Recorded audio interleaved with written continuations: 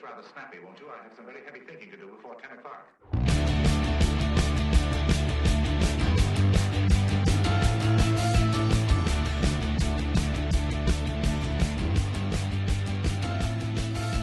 Jump on. Here we go. We are live. Good morning, everybody. This is, I'm Terry McAdams. This is Trey Serrala. We are part of the Texoma Trio, along with Mike Hendren, our wonderful, great friend in the sky, and we miss him, but we are here. He's overseeing us, and but you know what we're here for? Is to inform and entertain, hopefully. That's right. And maybe talk a little bit about news and other things that are going on, whether it's all around the world. Yep, all the way around the world, galactic, local, state, Now, we whatever. do focus a lot on local because it's called Get It Right Texoma. Yeah. That's the name of the show, by the way. That's right. Yes. Get Welcome It Right to, Texoma yes. with the Texoma Trio. Yes. But we do focus on Texoma, but we also do expand out as well. Yeah, so we're here to, hopefully you can join us anyway every week now, 7:30 a.m. live. And, of course, you can catch us, after the fact and go and look at our that particular week and what that was recorded. And then our archive of old shows. I say old. I mean, some of them are old, but, Over a year now. We've been doing this over a year now. That's right. And we're having fun at it. And so anyway, but what's new is we're live streaming. And so that's really kind of cool. We're trying to be consistent, and we're going to be 7:30. Unless there's something going on half week, sometimes we'll go ahead and pre-record, but it'll be playing at 7:30. The time this show drops will be consistent. Correct. Yep. Whether it's live or pre-recorded, the show will be consistent. It'll be on Friday mornings at 7:30. There you go. Period. That's it. Yep. Yeah. And also just this new format, we're able to participate live with you. So if you want to say hello, I'll also get in there and say something to get you going. But you can chat with us basically through the comments on Facebook and on YouTube. So if you get in there, I'll pay attention. We'll try to get some interactive things going on there. So we encourage you to participate and, of course, share this right now, please. Go ahead and share it with your friends right now. No matter the platform you're on, go ahead and let your friends know, and also subscribe to it, whether it be maybe both on Facebook, because we have a Facebook page, so at least like it, because we plan on doing more types of comments, not just the videos and that kind of stuff. But on YouTube, it's a subscribe. Is the big button. And then you get the notifications that way. There you go. Yep, you get notifications. We try to get on about 5 minutes prior. You'll see a little pre-roll going on, and we might have some things going on that you can only get pre-roll. So we'll see. But anyway, so get all caught up on us. What's going on? Let us know what you're liking, what you're not liking. And we just want to know what's going on. We're going to have... Today's guest will be David Spiller, who's State Representative District 68. 68, which is adjacent to District 69, which James Frank was on with us last week. Mm-hmm. And so David's based out of Jacksboro. So if you just kind of look, and he'll explain where he goes, but Jacksboro is where he bases, and he goes out from there. Okay, so he'll be joining us about 8 o'clock.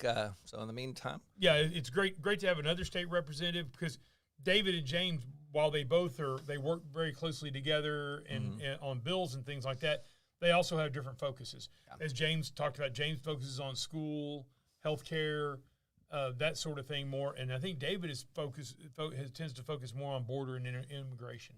Okay. And so we'll let him talk to us about it. All right. Well, good deal. So I guess from that, then, we're going to start in our usual little restaurant focus, and we've talked about them before, but I think it's always worthy of talking about our locally owned businesses and restaurants and things. Now, the good thing about restaurants is, and I think every restaurant owner will even tell you, is they don't eat their own food all the time, right? They may be, now they may not go to, if they're a barbecue, they may not go to another barbecue, except to maybe taste the competition and see what they can do. Hopefully they do, actually.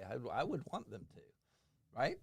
I don't care if they do or don't. Well, I know, but anyway. They make a difference to me. Speaking of, what we got, is it Wings and Things, and what do they do? Yeah. I guess I honestly hadn't been there before. What's it say in the name? Wings. Yeah, and Things. Oh, Wings and, okay. Yeah, so it's Wings and Things. That's how they spell it. About it, yep. Yeah, okay. And they focus on wings. Wings. Yeah. Okay. And they do ribs. They do a lot of other things. Their menu is pretty decent size. Right. But wings are their specialty, and they have boneless wings and they have bone-in wings. Bone-in wings. And they know how to do it. There's boneless. lots of different flavors that they have. My favorite is the hot Cheeto. A hot Cheeto. Hot Cheeto, yes. Okay. Yeah, basically, instead of the breading is replaced instead of like panko or something like that. It's rolled up in hot Cheeto breading. Yeah. Now the crunchy. Yeah, the crunchy hot Cheetos. Okay.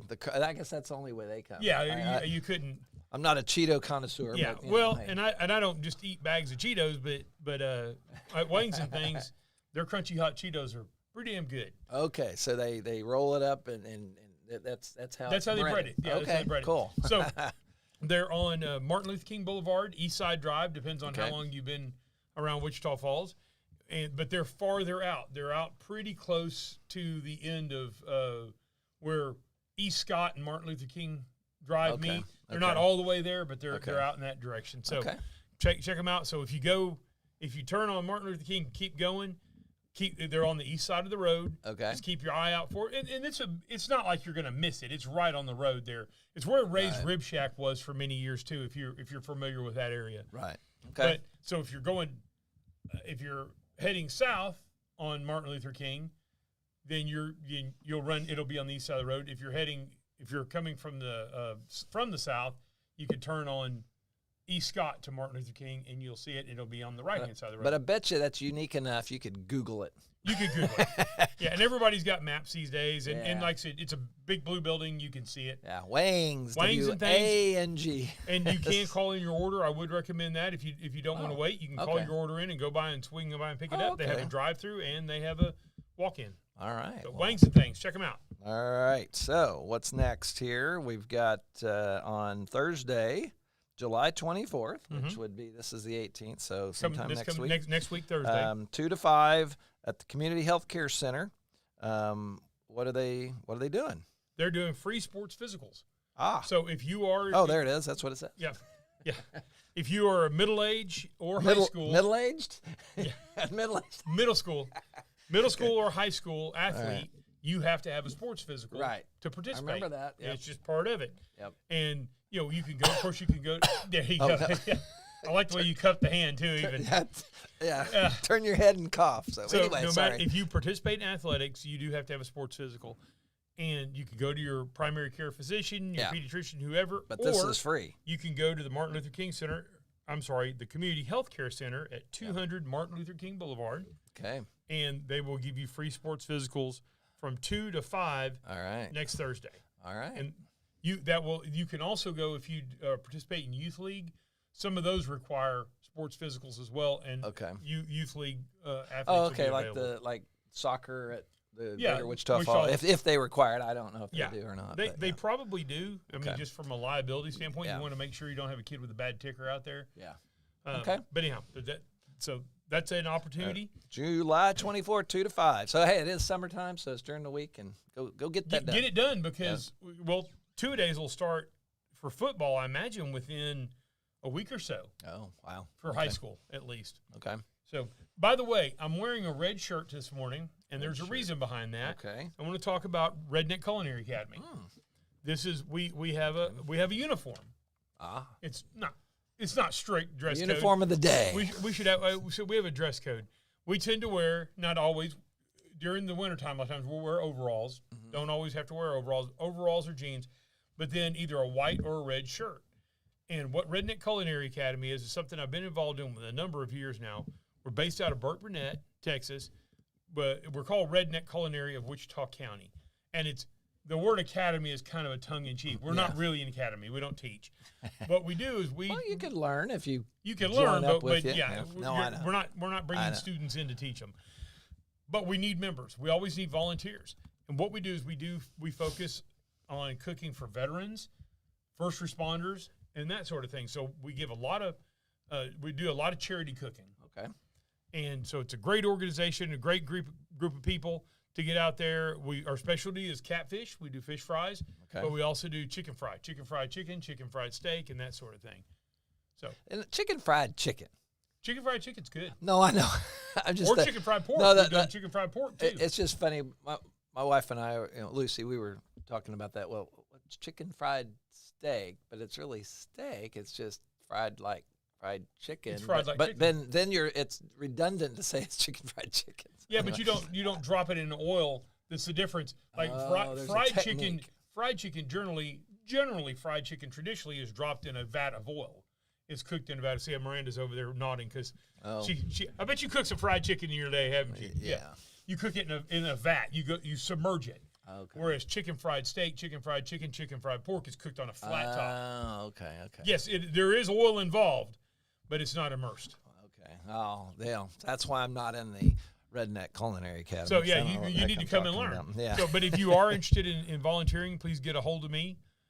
Eddie Hills Fun Cycles is the best way to get a hold of me during the week, and I can give you all the information, a membership application, and we can go from there. Okay. All right. Now this is kind of in your world, the next little topic here. So I got my head was all over the place when we were talking about these different stickers and this and that, and there's no, I guess, new licensing system for the state of Texas. Right. So what? Yeah, we tell us want about to that. help inform people of this.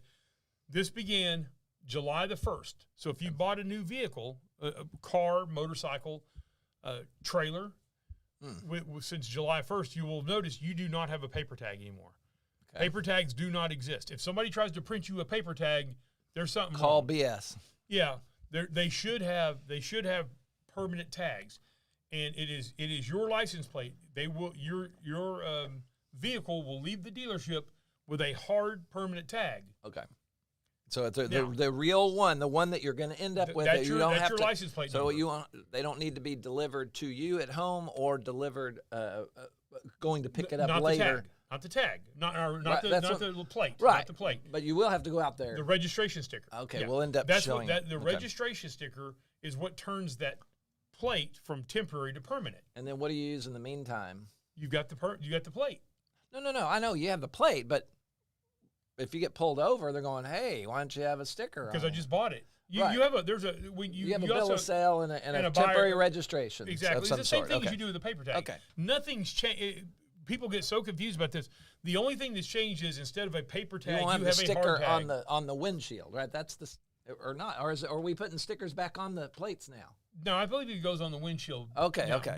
But in the motorcycle world, it goes on the plate. I really don't know the car. I haven't bought a new car. Okay, so blue, green, purple, all these. Okay, so but basically, you're going to get a plate. It's the same thing as the temporary tags were, except for the state is not printing temporary tags. Right, anymore, I get the that dealerships part. are not. Yeah, I get that. They're part. putting a hard plate on your car, Okay. and then you will get your license registration sticker, and that is what basically turns that plate from a temporary plate to a permanent plate. Okay. There's also a few different plate colors you're going to see. So you'll see a plate, and you might see one that has a blue stripe on it. We don't have it pulled up, but there's actually you can pull this up if you want to look at it. And those are temporary dealer tags. Okay. So instead of saying Texas dealer, and it still says Texas dealer, but it has a blue. They tried to color code it to make it easier for law enforcement Okay. to identify. Okay. And then you'll see some tags that'll say out-of-state buyer, and it's green. It has a green. The tag's not green, but it has a green stripe on it. Right. So therefore, if, for instance, you're an Oklahoma resident and you buy a car in the state of Texas or a motorcycle, Eddie Hills Fun Cycles, 401 North Scott, downtown Wichita Falls, since 1966, EddieHillsFunCycles.com. Sorry, shameless plug. Oh, yes, there. we forgot to mention That's our okay. sponsors. Yeah. Then you will get you'll get a plate that has a green tag on it. Then the other two are not really, it's not a big deal for most people. There's a purple one that's a provisional plate. I really don't understand that. I think they'll have those in case a dealership runs out of their metal plates. They might throw one of those on there. But Well, it says it shows interest, so I was like, if you're test driving, I don't know. That's interesting. Okay. yeah, you could put it on a test drive as opposed to the blue tag. And then the limited use plate is red, and I think those are only going to be used by DMV and tax offices and stuff like that. Gotcha. So the whole point behind it is it's a new system. Yeah. So Well, yeah, if you get, when you go buy a car, don't go outside and go, hey, where's my paper plate? Well, the Paper key plates are gone. Right. Well, you'll have a plate. It's just it'll be paper plates are gone. right. They're the not paper. right. But I was just saying that's really the big change is It's the only that is really the only change. Yeah. So And, okay. but you also, and I'm hoping that law enforcement is coached up on this because I do know somebody that got pulled over, like I believe the 3rd okay. of July, They just bought it. That's and got into a discussion. The law enforcement officer got into a discussion about, hey, where's your, why do you have a plate on here? Because that's what the dealership put on there. But no, you're supposed to have a paper plate. So no. I'm imagining by now. I mean, we're now into this 18th. I imagine by now all the law enforcement Are has caught been, up, hopefully. been coached up on it. So Yeah. Okay. but there was a little confusion right afterwards. All right. Gotcha. Okay. Well, so the next thing is the Wichita County Historical Commission is tasked. It has been tasked since 1960 with preserving history and the culture of the county. So they've received state recognition for its work. One of the 60 counties out of 254 total counties in the state to receive the Texas Historical Commission Distinguished Service Award for 2024. It's pretty cool. Yeah, so the award spotlights commissions that excel in their preservation efforts and compile and report data that indicates a, quote, well-rounded program of quality preservation efforts. So the Wichita County Historical Commission, congratulations. Congratulations. They really Yes. do a good job. Yeah. They're always involved. They're always doing things around town. And we do have some historical buildings and things like that around Wichita Falls that they get involved in. So they do a Okay. great job. All right, so we've gotten through all this. Were we going to hold any of these? Legislative update. Let's go over Just that. go We on? started Okay. this last week, Right. and this was just an update that was compiled from a friend of mine who's a lobbyist in Right. Austin. Okay. And so anyhow, So what? just a reminder, there were more than 8,700 bills filed. 8,700, yes, that's now, but only 1,200 passed, and then the governor vetoed 28 of them Right, for which- various reasons. So. Which James Frank confirmed to us last Yeah, week. That's not unusual. Not unusual. That's just right in line. Of course, if you don't think about it, sometimes particular things get blown way out of proportion. Right. Oh my God, he vetoed 28 bills, and whatever. Well, when you do the math, 28 out of 1,200 is not that many. No. He's just using his authority and his privilege as the governor to do such things. And now, of course, they can override all of this if they have enough. Right? Is it a 2/3? Two-thirds like vote, it is. yeah. Okay. All right. So SB 10, Senate Bill 10, Correct. requires the display of the Ten Commandments in public school classrooms. And SB 11 requires schools to set aside time for students and staff to take part in voluntary prayer and scripture reading. Okay. So, we could have talked about this, a long time ago, but as much as I am all for the Ten Commandments, I don't know that I like the idea of it being mandated, but that's. I don't like it being posted in the public schools. And here's why. Okay. You're opening up. I think you're opening up a can of worms. So what happens when things change, and they will? Oh well, And at some point the legislature, because there was a time when the legislature of Texas was Democrat, deep Democrat. yeah. Now it's Born with a Republican. silver spoon in your mouth Exactly. is our. It's very, very, very Democrat. There may be a time in Texas when this is going to change. And what if you have somebody who gets in power and they go, we want to have, and I don't know what the Quran, Right. teachings from the Quran or teachings from whatever. I'm okay with time set aside for silent meditation or prayer like that. Now, I will tell you, I'm in favor of praying at sporting events. If Public school, I'm in favor of. We always prayed when I was on the school board. We prayed before every school board meeting. Okay. I'm in favor of that. Those are not in the classroom. Right. Okay, but in the classroom itself, I am not a fan of the Ten Commandments being in there, and I'm not a fan of a recited prayer being involved there. Look, I'm a Christian. I'm devout.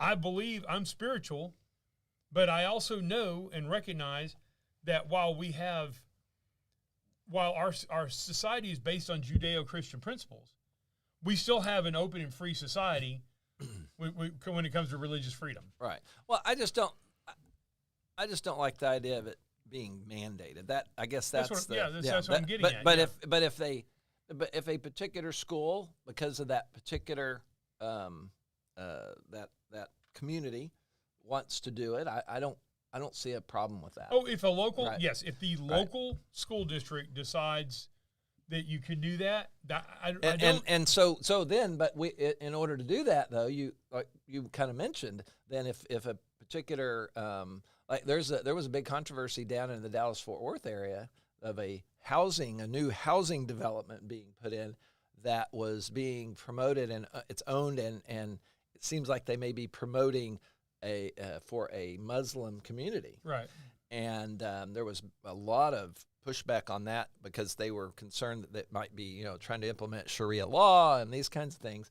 And so if that community happened to be big enough that they could have their own school district, because, there are some, like in Wichita Falls, we have City View, which is completely within the... And also, Burt Burnett is part of the Wichita Falls. Burt Burnett has a school in Wichita Falls. Has a school in Wichita Falls. Okay, so there's anyway. The point is that you can carve out with enough support from the community. Right. You could carve out a school district that could be a single school district. It could be one or two or three, a very small one comparatively. But in any case, so then that opens up whatever their equivalent of the Ten Commandments might be. That's what I'm getting at. Yeah. And, but would you be okay? Just what we're talking about it, that if this particular community just happened to be a significant portion of it being in a Muslim community, and it is a public, let's say they make it a public school, whatever their equivalent, would you be okay with that community deciding that they would want to post those things? I think the rules are the rules are the rules. Okay. So I would have to do some thinking on that. Now, I don't like it from a state perspective. Right. From a local school district, maybe. Okay. Local community, maybe. But I would have to do more thinking about it. But my point is, if the rule is going to be you're going to allow it here, you have to allow it here. Well, and that's why I would rather not allow it. If it was up to me, I would say no. Okay. But I would say no. Okay. Now, I don't mind religious classes being provided by a school district that are non-mandatory, like as an elective. Well, yeah, absolutely. You want to learn about this or learn about that. Religions of the world. I think a school district should be allowed to have elective religious classes, and I think it's actually a good idea because I do think that there are some teachings in religion that are good for people, not just Christian, also in the Muslim. There's look, Muslims do in some way get a bad rap. There's more Muslims in the world than there are Christians, and most of them are not psychotic and blow people up. Well, that's true. Most of them are not radicalized. Most of them are just normal people. And the Muslim religion, well, I have not studied it, so I'm not an expert on it, does teach tolerance in a lot of ways and teaches loving thy neighbor and that sort of thing. Right. Now, I know that you have certain sect with a T of those religions, like Sharia law, that is absolute bullshit. I'm sitting here going, what year is this? Oh, I know. You're gonna kill somebody because they're a woman, or you're gonna abuse women or make them second-class citizens.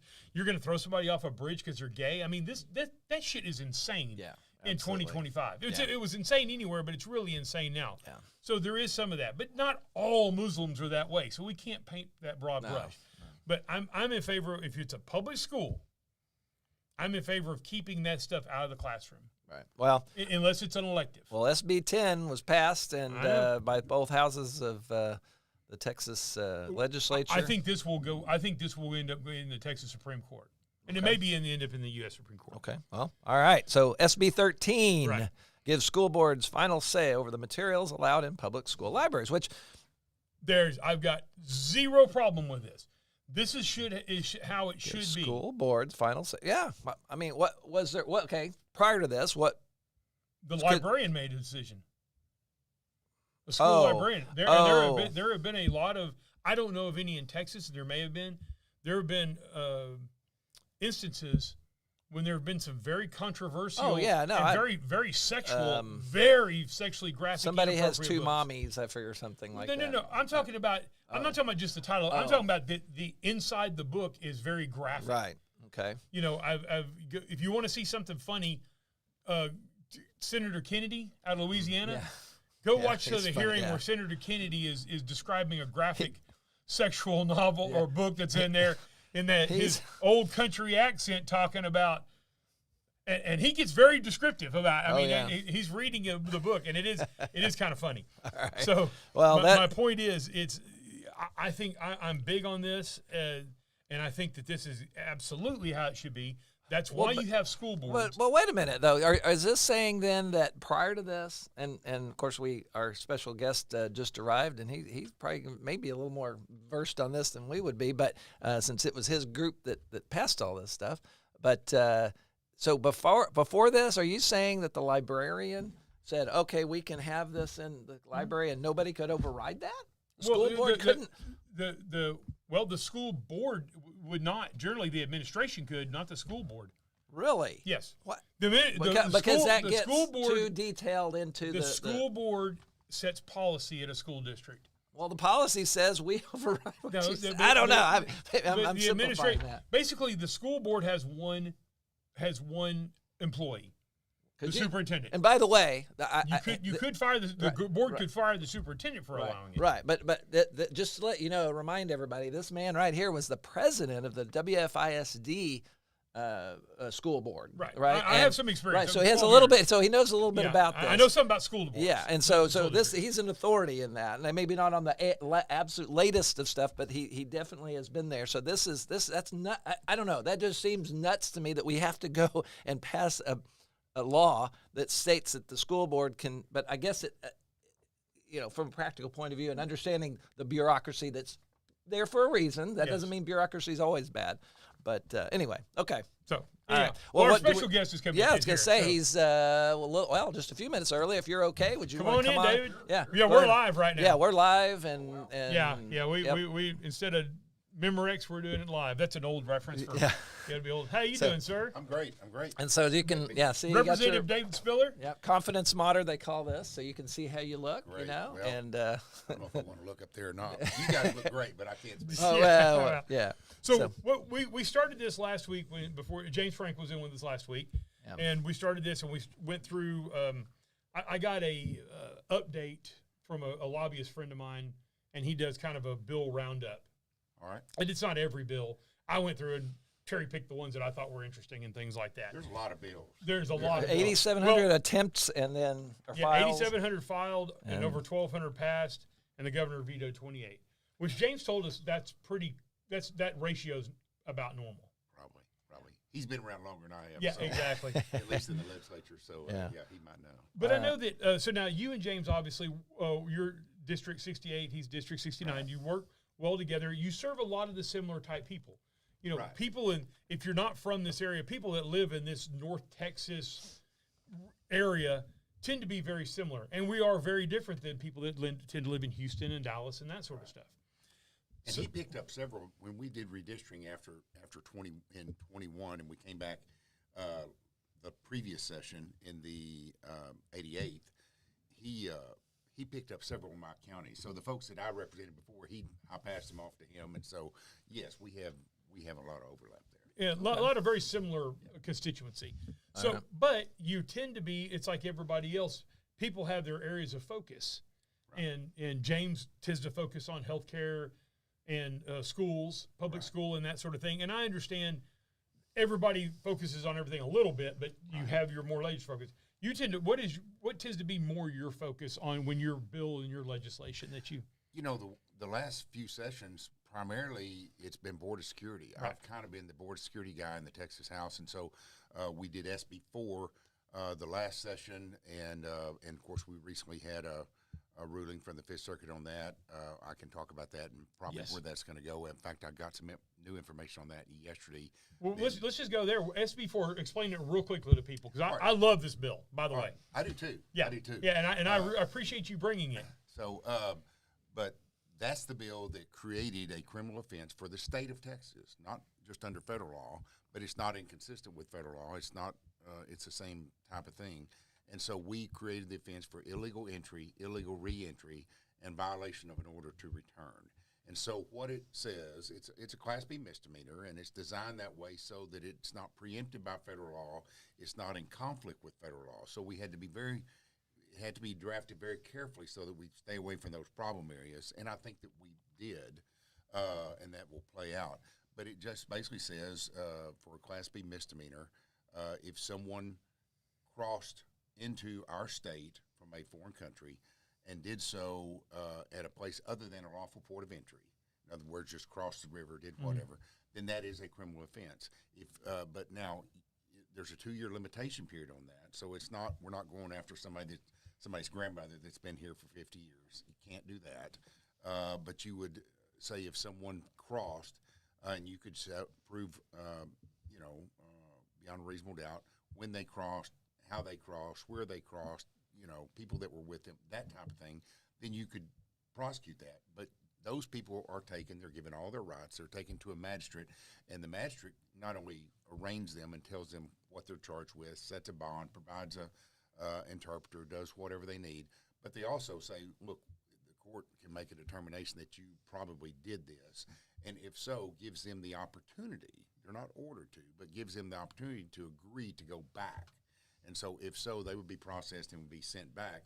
If not, then they're entitled to have their day in court and so forth. But at the end of that trial, or whatever that disposition would be, they would be, if found guilty, would be ordered back anyway. So basically, like I say, it's not inconsistent with federal law that's been on the books for over 70 years in our country.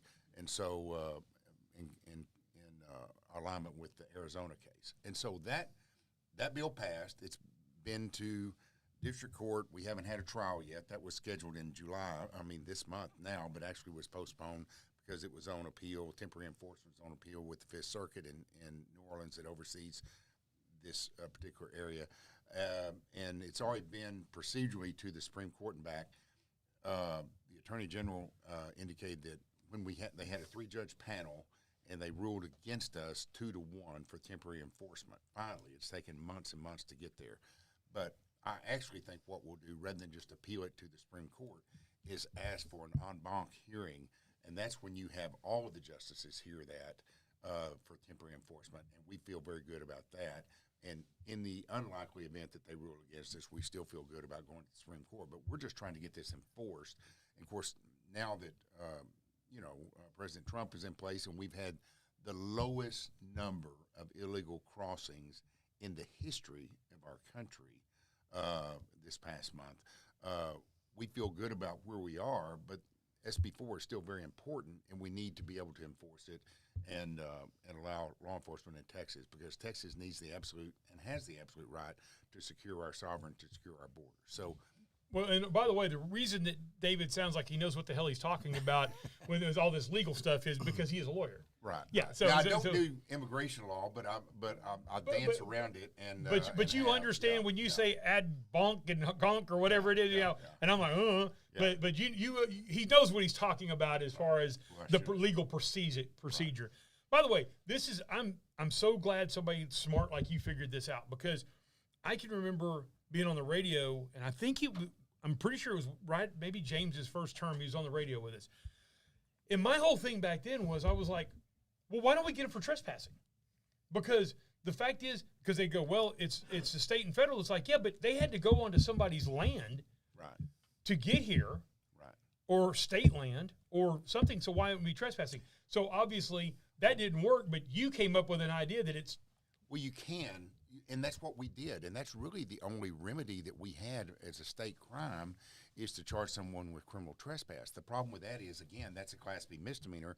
That was problematic in that you had to have, when we first started this, you had to be ready for trial, prosecutors, within 15 days. Well, that was practically impossible to do, but then you ran into there's several problems. One is the cartels get involved, and they put pressure on certain landowners, and the landowners don't really want to prosecute that case, even though they've been on their land. But the real problem was, you're not really solving the problem, because you're slowing it down. You're spending a ton of money incarcerating these people, waiting until they get to trial, doing whatever they do.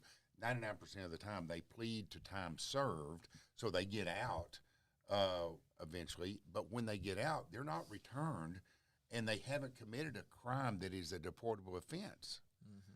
They've just been here, and a Class B misdemeanor doesn't get you there. So they're just released into the population. So all we're doing is delaying the process, clogging up our jails, and in the meantime, spending a lot of money that we shouldn't otherwise have Well, to spend. and it just seems so simple, but yet at the state level, your hands are tied.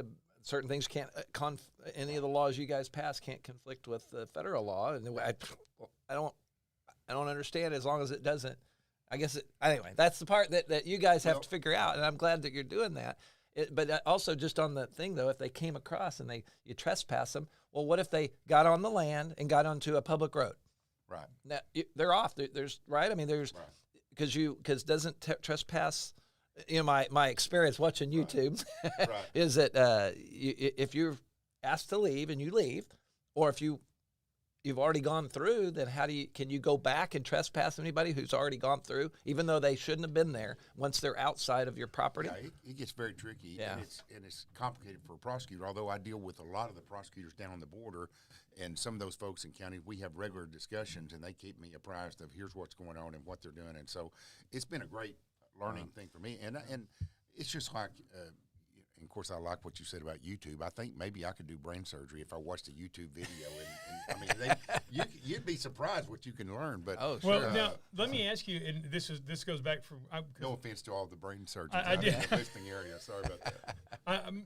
My degree's in criminal justice from Midwestern, and I do remember, if I remember correctly, that a Class B misdemeanor can be investigated, but a Class C misdemeanor has to be witnessed by a law enforcement officer. Is that correct? I don't think it's so much that as it is a Class B. You can be jailed up to 6 months. A Class A up to 1 year. A Class C is generally just a fine only. Right. Now there are certain things where people can actually be taken to jail, or whether they're just issued a citation. And there's kind of a laundry list of things that you can do on that.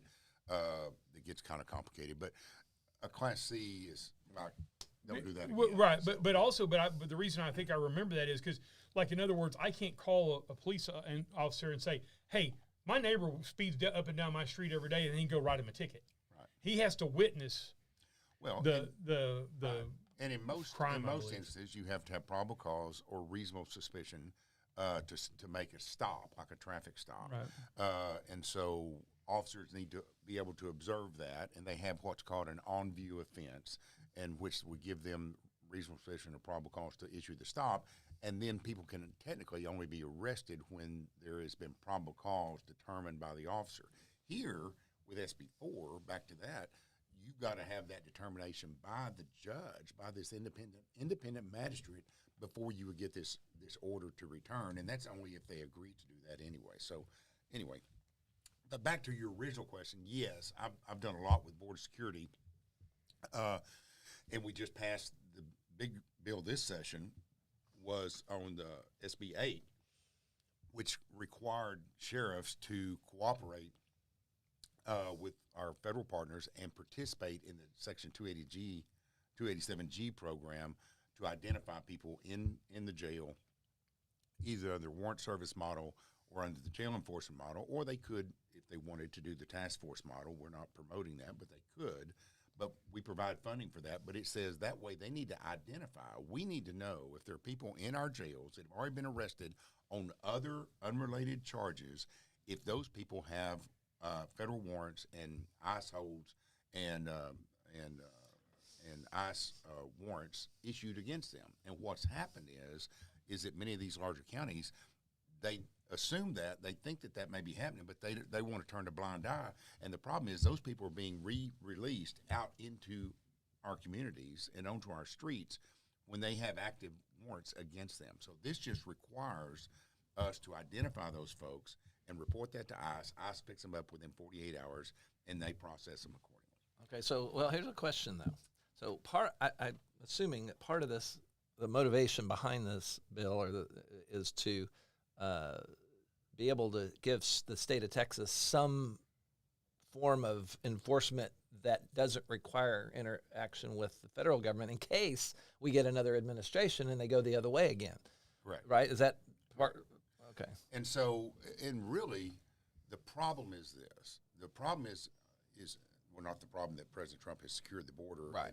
and Tom Homan and those folks are doing it, and ICE and Border Patrol are doing By the it. way, real quick, if you wanted to do central casting for a border enforcement guy with Tom Holman, does he fit the bill? Oh, man. I mean, Yeah. you just show a picture of that guy and he goes, "Yeah, that guy says don't come here if you're illegal." Anyhow, sorry to interrupt, but he has that face that looks like a border patrol guy or a border enforcement guy. He means it. And, Yeah. And I was at the bill signing for SB 8 in Fort Worth on Tuesday, and the governor was there. We participated with all the sheriffs throughout the state, but also there was a fireside chat. The fire wasn't very big since it was in July. Yeah. But between a moderator, one of the sheriffs down there, and Governor Abbott and Board Czar Tom Homan, and it was interesting to hear him says, "Look, you do these things, you chunk rocks at ICE agents, you do this, you're going to jail. You do this, you're going to jail." And he means it. And he says, "I'm not going away. We're not going away. We're going to do our job, and we're going to secure everything." So the focus here, back to SB 8, is to make sure that because we've suffered under the last 4 years with millions of people pouring across our border, and convicted felons, child molesters, rapists, drug dealers, all of those people, terrorists, people from all around the world. Yeah. And we have got to do something to combat that. And the only way that we can do it is cooperation with local law enforcement, because there's not enough time to go through and hire, train, and implement all these things at the federal level to get these things done in the next year and a half to 2 years. And we've got to have that done. And so that's what SB 8 does. It requires cooperation here, which most law enforcement, you want to achieve what you're trying to and secure our communities, but it requires that. And so I don't think we're asking too much to ask them to do that. And so, and we're providing an extra $20 million in funding to these counties to offset any costs that they have. But the training to do the in-jail identification is next to nothing. So, there's not a huge cost involved in that, but whatever cost there is, we're covering it. So how do they identify?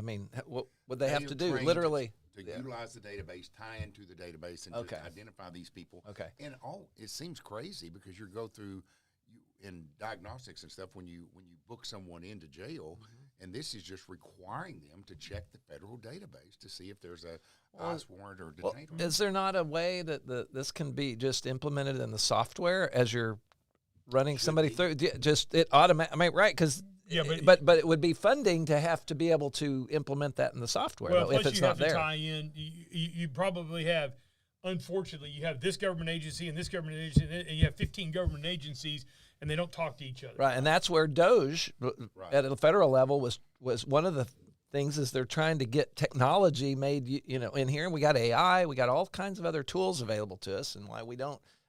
Okay, so is there funding to do that kind of thing in this? Okay, Yes. And so there's funding for each county, and when you participate and provide verification that you are participating, then you get the funding from the state. But there are also some additional grants at the federal level to offset any additional costs that they incur by virtue of detaining someone for a certain period of time. But my argument is going to be, look, you're going to spend less money than what you are, because these folks, rather than just sit in jail, are going to be picked up by ICE. Yeah, on your local taxpayer dollar. Yes, because you're right. Because the county, we all share the burden when they go to a federal facility, but when they're in your jail, that is your county, Right. your local tax dollars. And I keep banging on that, and I've been banging on it for 20 years. Pay attention to what's going on locally. Quit worrying so much about the president. You can't call Donald Trump and say, "Hey, Trump, I want you to do this or do that." Most of us can't call John Cornyn or Ted Cruz, Right. but you can call David Spiller, and Yeah, you can and they call do. James Frank, and you can call Get a little Jim feedback, Johnson, your county commissioner, or Mike Campbell, your county judge. Jim Johnson's county judge. But you can call those local people, and you can have a little influence on it. So that's why I try to tell people, get involved with your local people, because that's really where your dollars go too. So, All right. Wow. so what other bills were you kind of on, ones that you set up or promoted? This past session had it was a great session. I carried not only that bill, had the opportunity to do that. I carried the SB 11, which was the prayer in school bill. I was a joint sponsor on the big bill on banning foreign ownership of land by those countries. SB 17. SB 17. Yeah. And we worked very hard. I worked hard for that last session, worked in the interim, and we came up with a really, really good bill on that. I provided some bill for competitive bidding to kind of streamline some of that, cost efficiency for cities, counties, schools, and so forth, where we raised the bid limit threshold to make things more efficient. We just carried, there were a lot of stuff. I was rural firefighting, had a bill on that to kind of help with some costs and so forth there. Carried a bill with emergency funding for rural counties for emergency medical vehicles and so forth. EMS I'm on the Clay County Hospital Board of Managers. All right. Yeah, that was, while appreciative of that, the operational side, it provided no funding for operational side, and that's the biggest problem we have. In fact, we're dealing with that in Clay County right now, is how we're going to do long term, because the hospital has been funding the EMS, and it's draining the hospital to do it, and it was masked by some COVID, because there was COVID funds flowing in. That's not a long term solution to anything. I deal a lot with rural health care. I carried the major bill for hospital districts, the cleanup bill last session. I did the one for municipal hospital authorities this term. But I do a lot with that. We just put $215 million in additional for rural health care grants and so forth. I know there were some additional monies that we have for OB. Now, Clay County, I don't think y'all deliver babies. No. And Alney did, but now even though they're getting a newer hospital and facilities, they're going to lose that capability. So that's, that's a major issue as well. But rural hospitals face challenges that larger hospitals and larger systems don't. But we did a lot for rural health care this session. So now Clay, on that, because I haven't gotten all the details on that, Clay County is one of only 4 county-owned hospitals in the state. We're not a hospital district. We're not so the additional funding, are those specifically for hospital districts only, or do they for anybody in rural? Because we're an acute care rural hospital. Yeah. Right. So no, that funding, regardless of what your classification is, you would be eligible for some of those fundings depending on what your needs are. And that was what bill was that? Oh gosh, the one I'm talking about was actually in the budget. Okay, so that would have been SB 1. Okay, SB 1. Real quick, you mentioned a term that I heard before, but I don't really know what it means to say. Okay. And I guess it's a method of you guys getting credit for being able to tell people what you've supported. So carrying a bill. All right. So what does that mean? If it's a House bill, if it's HB something, and I'm the author, then I'm the author of the bill. Okay. There can be up to, I think, 4 others that can be joint authors. Okay. But other members, if they want to and support it, they can sign on and be co-authors. Okay. So you have authors, joint authors, and co-authors. You have a similar thing if it's a Senate bill. If it's a Senate bill, you've got the Senate author. They've got the same terminology over there. But if it comes over to the House, if you're the one carrying it, you are the sponsor. Just like I sponsored SB 8 and worked with Senator Schwartner. I sponsored SB 11 and worked with Senator Middleton. So you can be a sponsor, but there's a way that you can also be a joint sponsor on that and a co-sponsor. So the same terminology, but the bottom line is there are certain people that are carrying the bill. I mean, if I'm the sponsor or the author, I'm it. I'm carrying the bill. But sometimes, especially with the foreign ownership of land, since I was involved in that before and worked with Representative Cole Hefner and also worked with Senator Kolkhorst, we actually had many discussions, worked together, and tried to come up with the best version that we could of that. In fact, that bill, the version that passed the Senate was different than the version that passed the House, and then it went, and so therefore you've got a difference there. So the bill was referred to a conference committee, and the conference committee is five representatives, the author and 4 others. The same thing on the Senate side. They meet, they talk, and we come up with a. Yeah, you reconcile it, I guess. Exactly. Yeah. So now, what happens if they can't come to an agreement? Then we all go home. Then the bill dies. It just dies. Okay, I always wondered that. But when it comes back, and if you've got the conference committee report, you don't amend that again. It's either the Senate votes up or down, yes or no. The House does the same thing. So it's stuff that with the special session, then is that where some of this might come back? That's where some of these that died. I think that is correct on the 18 That the items. governor specifically wants you guys He to wants, do. yeah, Right, he, but that- he either vetoed it for various reasons, or it could be that something died in the conference committee and they couldn't get it done that he wants to get across. The And he finish. wants to tell you guys, don't go home till you get it done.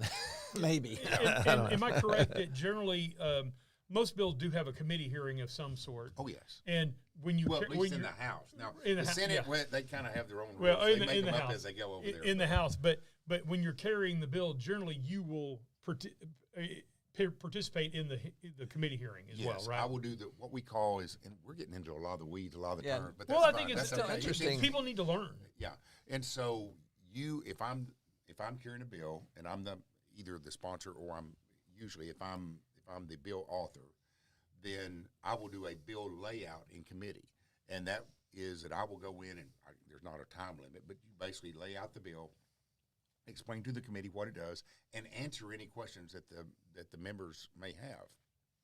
Then you respectfully ask for the right to close on the bill, kind of like a closing argument in a trial.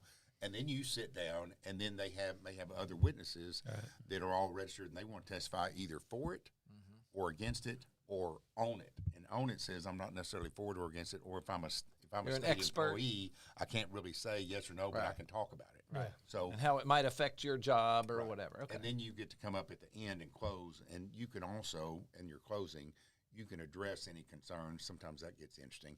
Any concerns that have been raised by testimony to say, well, they said this, but that's not really correct. Here's the correct. Instead of saying that guy's full of crap.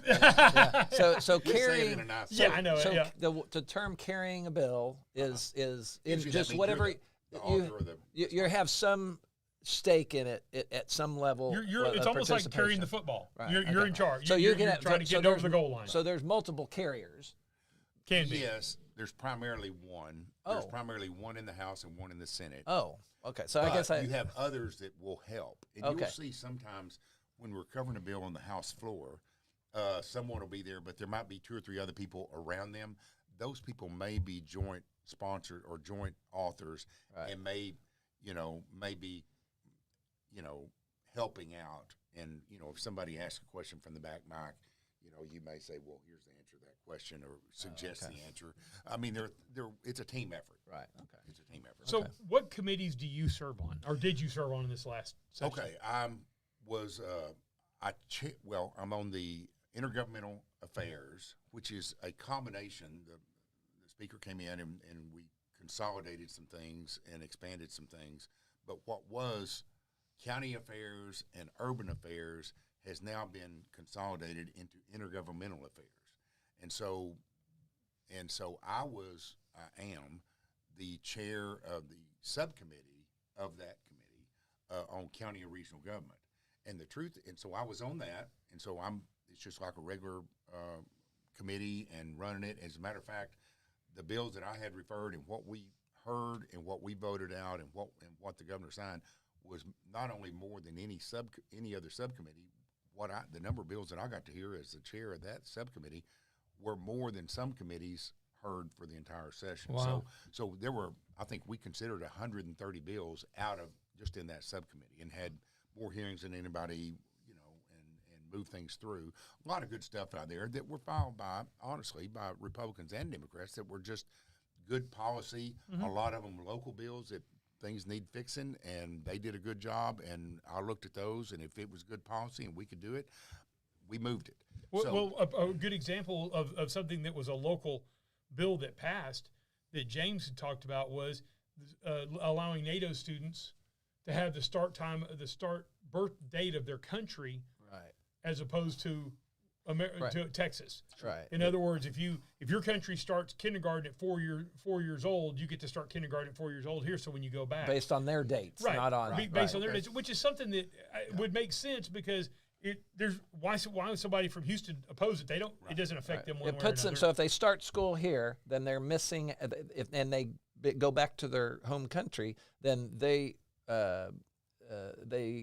if they had to go by these rules, they might end up in not starting that year. It would be it would be a next different thing. year, but which that would then be delay an them. example Yeah, of, that's what of it a local, like you type something that's That a very doesn't affect- hyper local type thing. But if it makes sense, it makes sense. I think. Right. And so it could be anything from a cleanup bill for a local hospital district that they need to change to have elections rather than appointments, or change. I mean, or it could be anything. So I was on intergovernmental affairs and the subcommittee there on county and regional government, but also I was on insurance, and I really enjoyed being on insurance. My first time to be on insurance, enjoyed that. We did a lot of good work there, got into a lot of good policy. And the other committee I was on was redistricting. That we didn't even have an organizational meeting. There was nothing to cover in redistricting. Now with the special, redistricting is the primary, aside from the standing or the subcommittee that was appointed. It's a joint committee with the Senate and the House to deal with the flooding and all the issues pertaining to Kerr County and down in that area. The big other committee is going to be redistricting, and so I'm going to be very busy.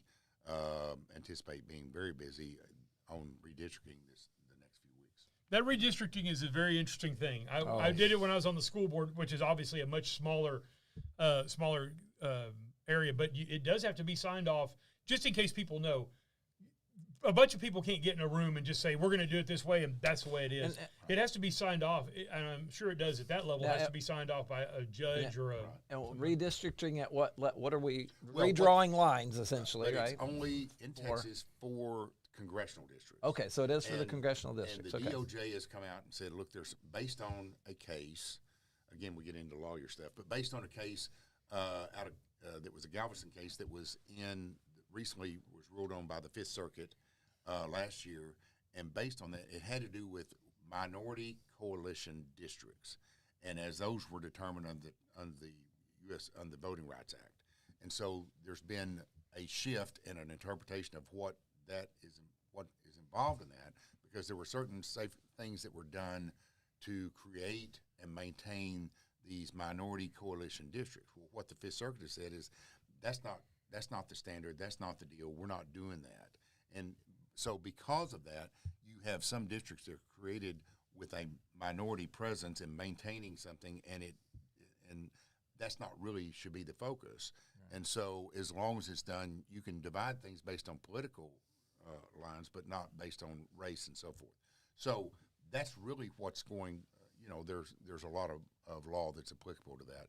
So based on that, the DOJ came out with a letter that says that Texas is really in violation of that. President Trump has now asked the governor to say, hey, we need to fix this.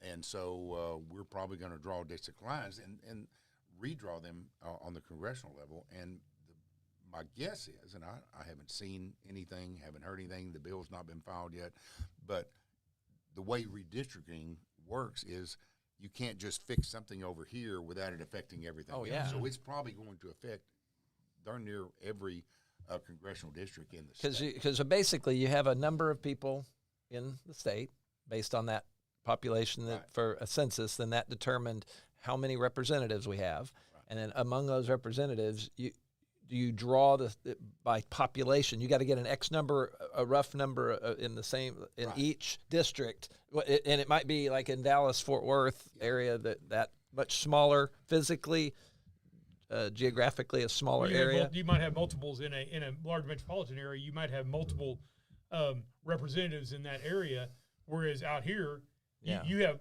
how many counties do you serve? I've got 12 now, but in the when I first came in, I had 22. 22, that's right. I know James is because he's gone So out west. So that's one of those deals. It depends on how dense the population. And then so based on demographics of down to, I guess, how detailed do the statistics that you have? Well, I don't know, and so it's a learning curve for me too. I just know from looking back, and I wasn't on redistricting before, but I know when I came in, we paid particular attention to it because I was number 150. I came in late on a special, right. So it's like, look, I'd really like to get back here if I can, and so we studied it and worked it and looked, and I just remember at the time you have 150 House districts, you had your population deal of the census of the state, and the target number was 193,303 that you could be plus or minus 5% over that number. But it's different with the House because you have the county line rule where you basically have to, unless a county is big enough to divide, you with very few exceptions, you pick up the whole county. You don't split counties. Right. But Harris County, I would assume, would have to be split, isn't it? Harris is because Yeah, they're above so- that so number. massive, So, yeah. it's all cut up. Yeah. Jeez. So All right. Dallas County, Harris County, there's probably a few. Oh, yeah. So, Okay. Oh, I will say you did bring this up, and it's been a while. One thing I want to compliment you on. So you came in at like the 11th hour, right. because Drew Springer, Right. who was a guest on our radio show, took a Senate seat when Pat Fallon Right. went to the U.S. House of Representatives. So that all happened, and then David, whoop, he was right in, and you were kind of pushed in there, and had to get your staff together and get everything together. And I remember coming down there, I was doing testifying for a couple of bills or something, and coming down and going to everybody's office, and came and met you and went to your office, and you were cool as a cucumber. And it really, it was very impressive to me. That was probably out of ignorance. But Yeah, not only was it your first time down there, you'd literally just gotten down there. I think you'd only been there about 10 days when I came down there and saw you. It and was I thought, ignorance then. yeah. Oh well. But anyhow, I just think that was pretty impressive how you were able to step in there, and then you've made a huge impact in the Texas House of Representatives. So I hope so. You know, Thank you. so let me ask you real quickly as we're kind of wrapping down here. How do you see the Republican Party? Now, what I'm hearing from an outsider, but I have, like I said, I know some people that are inside in the lobbying side there. And what I'm seeing or what I'm hearing is that it's almost like we have three parties. Not completely, but in some ways it's almost like we have a Democrat Party, we have a mainstream or Main Street Republican Party, and then more of a conservative Republican Party. Is that really that cut and dry, or is that a little overblown? No, I mean, here's the thing. You're always going to have some disagreement within a party. And I know as a Republican and as we look at our party, and sometimes you see some fracturing. You see folks on one side versus the other, and sometimes you're trying to find, and there's a middle ground, there's this.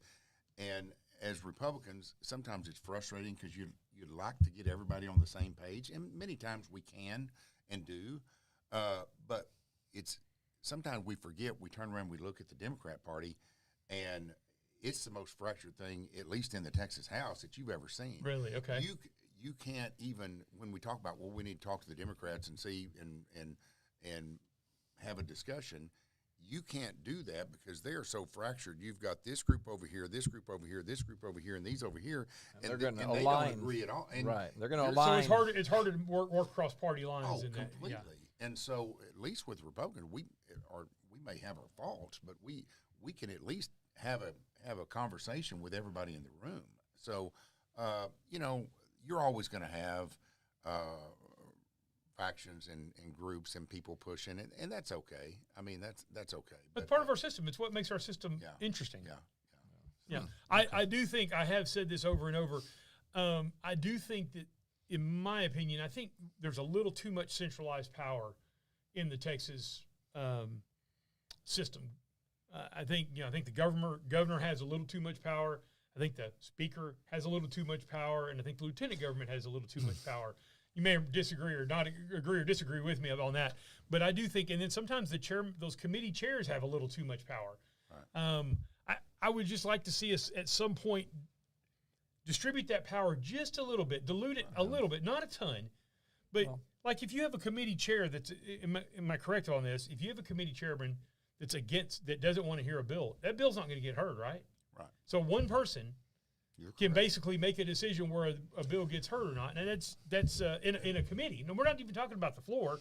Right. We're just So if talking it about doesn't in a get committee. to the committee, it won't go anywhere else. right? Whereas so theoretically, you could have the chairman of the committee not want to hear this bill, but 5 members of the committee want to hear the bill, and they still can't hear it. Right. Yeah.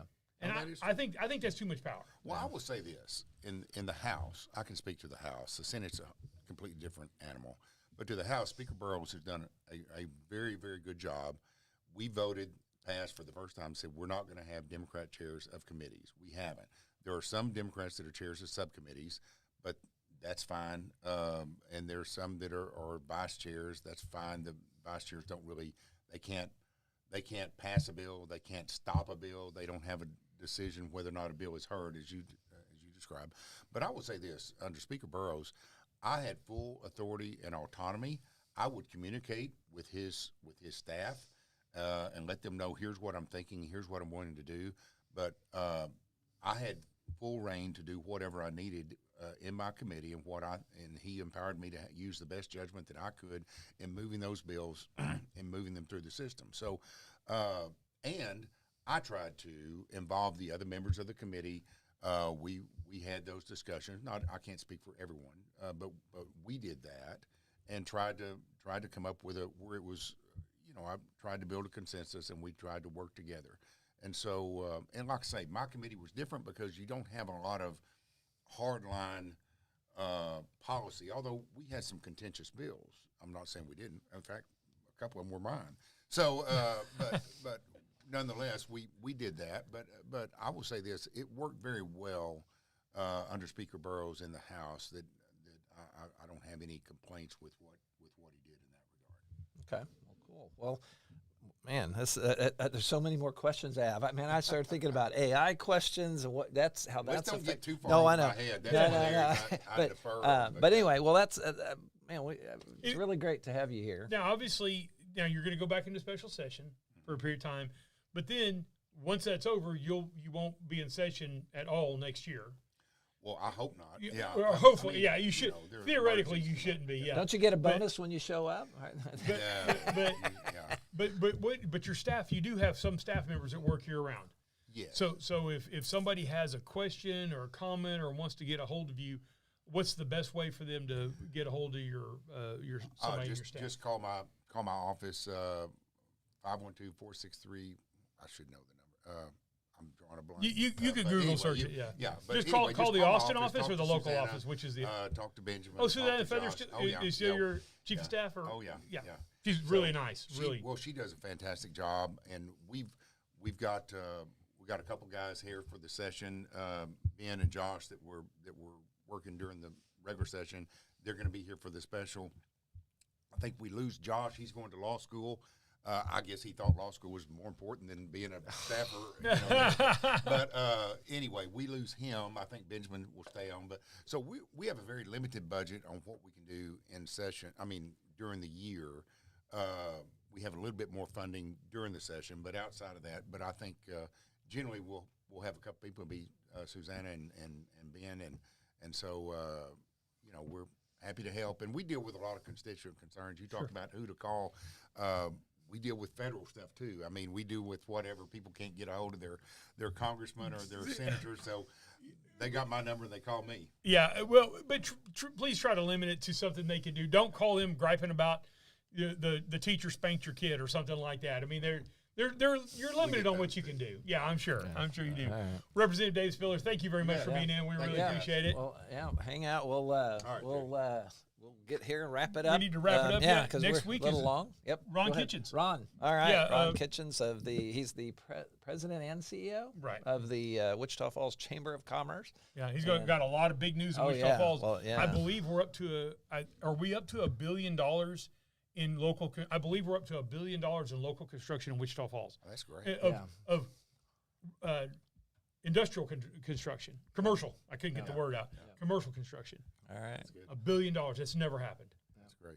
Well, and so I want to thank our sponsors, MacTech Solutions here. We're in the studios of MacTech Solutions. Studios, I always say that's what Mike used to say. But we're in the studio of MacTech Solutions. In the back here, this was my COVID project. Yeah. And so look where we are. We've come up in the world. But anyway, then we have Eddie Hills Fun Cycles, 401 North Scott, and Wichita Falls. They got mowers. They got motorcycles. We're actually out of mowers. Oh, we're sold out for the year. Okay. But we will, if you get ready for a Hustler zero turn motor next year, we'll get your order in. Yeah, we'll get a fall shipment, but we're completely sold out of mowers. Well, that's we just a good sold our last thing, one yesterday. All right. Well, good thing in a way, but not good. Well, you kind of want to be because you can't. Yeah, but you can't make money selling mowers right now. Well, yeah. Except for you do have the robo mowers. The robo mower. You're still kind of testing that. You get after about July 4th. Most people are not going to buy unless your mower craps out, and then they may just run and go get a cheap Charlie from Lowe's or something. Yeah. But generally, when you're going to get a premium lawnmower, a zero-turn, nice lawnmower, it's going to be minimum of $3,500. Yeah. Could be up to $10,000. Depends on that. Generally, people don't buy those at the very end of the year. They tend to buy them at the very beginning of the year. Okay. Well, so anyway, we're here for you. Be here next week, 7:30. Are we live next? Yeah, Yep. we're going to be live next week, and we'll try to let you know on that as well. But otherwise, I guess we'll wrap it up here. So, like our friend and radio partner Mike has always says, and he's always says, I can't speak here. Go ahead. We'll see you down the road. You'll make this rather snappy, won't you? I have some very heavy thinking to do before 10 o'clock.